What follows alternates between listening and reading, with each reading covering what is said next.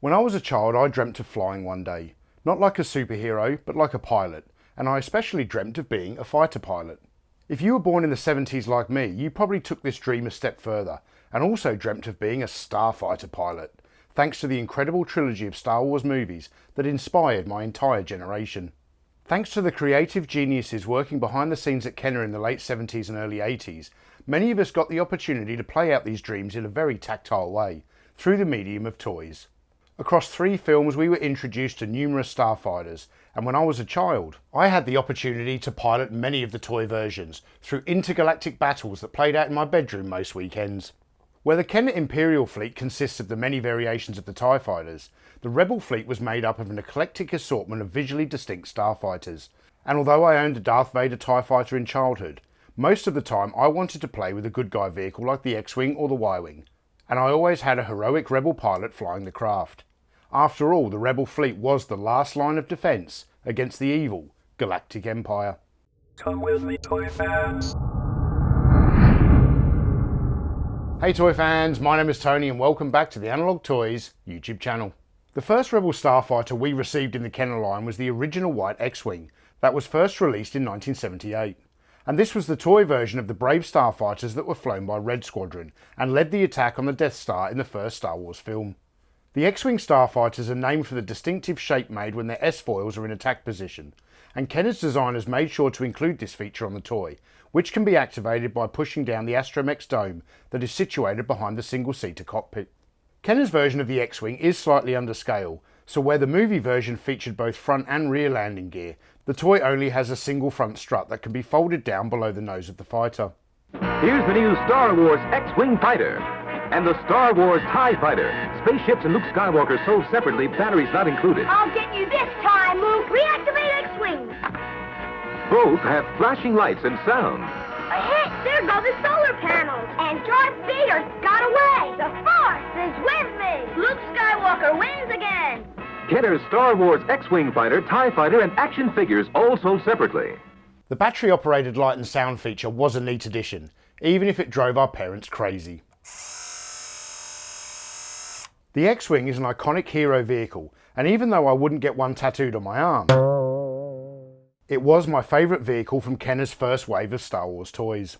When Luke Skywalker pilots the X-Wing in the first film, he is wearing the uniform of a Rebel pilot. Yet when this toy was first released in 1978, the only Luke Skywalker action figure available in the line is the one that has become known to collectors as Farm Boy Luke. So he was the figure that most of us sat in this starfighter, and he is also seen piloting the X-Wing on the original box art. The following year in 1979, Kenner would expand the figure range by adding another 8 characters, including 3 droids, 4 Cantina aliens, and Luke Skywalker X-Wing pilot. Although Kenner's sculpting and paintwork was fairly simplistic in the late 70s, this figure is still a fairly accurate representation, and features the signature orange jumpsuit, flak vest with life support box, and a white helmet with 2 Tampo printed Rebel symbols. Despite numerous characters wearing this version of the Rebel flight suit in all 3 original trilogy films, Kenner never produced any of the others as action figures. Likely because the simplistic style used in those days made the Luke X-Wing figure look quite generic, so he could double as any of the other pilots from the movies.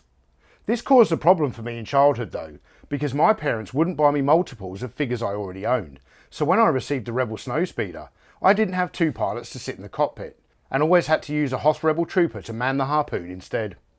The Luke X-Wing pilot figure is armed with a blaster pistol, even though Luke didn't start carrying this weapon until his next screen appearance in The Empire Strikes Back. During the Empire Strikes Back period, Kenner produced an updated version of the X-Wing that was released in 1982.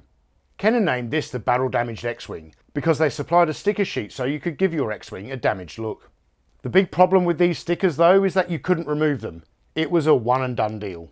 Which is why when I was adding this vintage toy to my collection, I opted to acquire one that did not have the stickers applied. Aside from these battle damage labels, Kenner also made a number of other alterations to this version that make it significantly different from the first issue X-Wing, and these included changing the main body from white plastic to grey. The canopy was now moulded in tinted plastic instead of clear, and the engine inlets were changed from white to black, and I much prefer this version over the white original.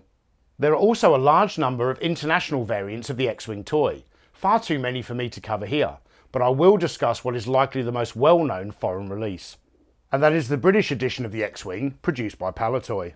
The year is 1978, and Palletoy bring you Star Wars. Here on Death Star, Ben Kenobi combats the awesome power of Darth Vader, while Han and Leia battle for their lives in the trash compactor. Luke evades the stormtroopers with R2, D2, and C-3PO. But can he escape in the X-Wing fighter? Only you will know. Only you can create your own Star Wars. Death Star, vehicles, figures, all sold separately. May the Force be with you. When the Palletoy company were developing this toy for the UK market, they chose to remove the electronic light and sound feature to reduce the retail cost of the product. With batteries no longer being required to fit inside the toy, Palletoy removed the injection moulded panel that Kenner had used on the rear of the Starfighter and replaced it with a simple sticker. And they also chose to coat the top of the astromech droid in a chrome finish, as opposed to the matte grey paint used on the Kenner version. The Palletoy X-Wing was produced in white plastic, just like the original Kenner version. However, when they produced the battle damage version, they didn't change the main body to grey plastic, and this is the version I owned in childhood, the white Palletoy X-Wing with battle damage stickers. The X-Wing remained the only Rebel starfighter in the fleet, until Kenner produced two additional vehicles that were both released in 1984. Although the Y-Wing appeared in the first Star Wars movie in 1977, we wouldn't receive a toy version for another 7 years, but it was well worth the wait, with the Y-Wing being one of the best vehicles ever created by Kenner. Unfortunately though, with so many easy to lose and easy to break parts, it can be quite challenging to find a complete vintage Y-Wing today. 4 struts protrude out of the rear of each engine, and are capped off with a grey plastic disc.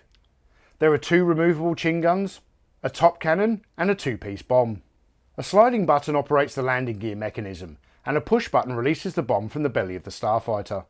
The Y-Wing is also battery operated, and this function makes a sound and rotates the top cannon simultaneously.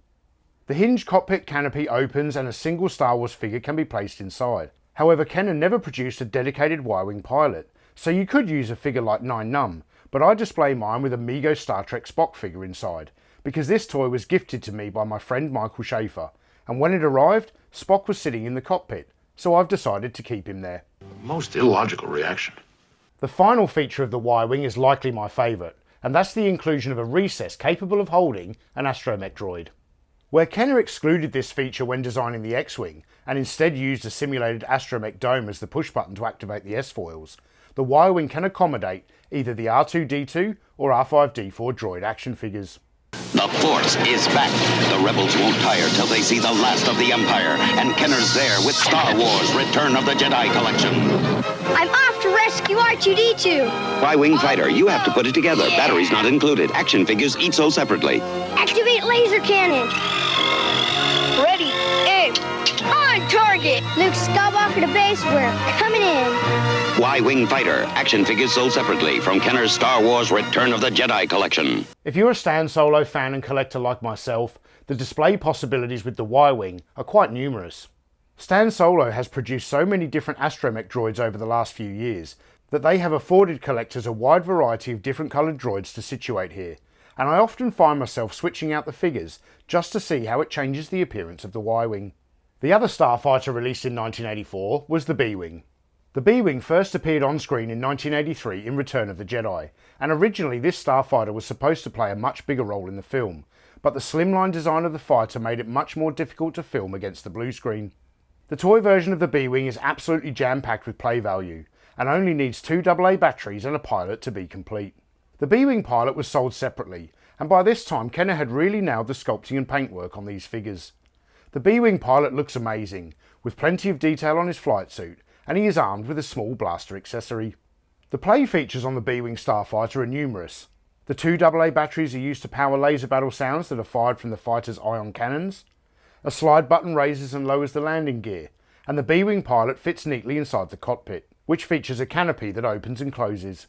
By turning one of the rear engines, the auxiliary wings can be raised or lowered, but by far the coolest play feature is the gyroscopic cockpit. This cockpit is gravity controlled and will stay upright no matter how the body of the fighter is manoeuvred. The galaxy explodes. The rebels return.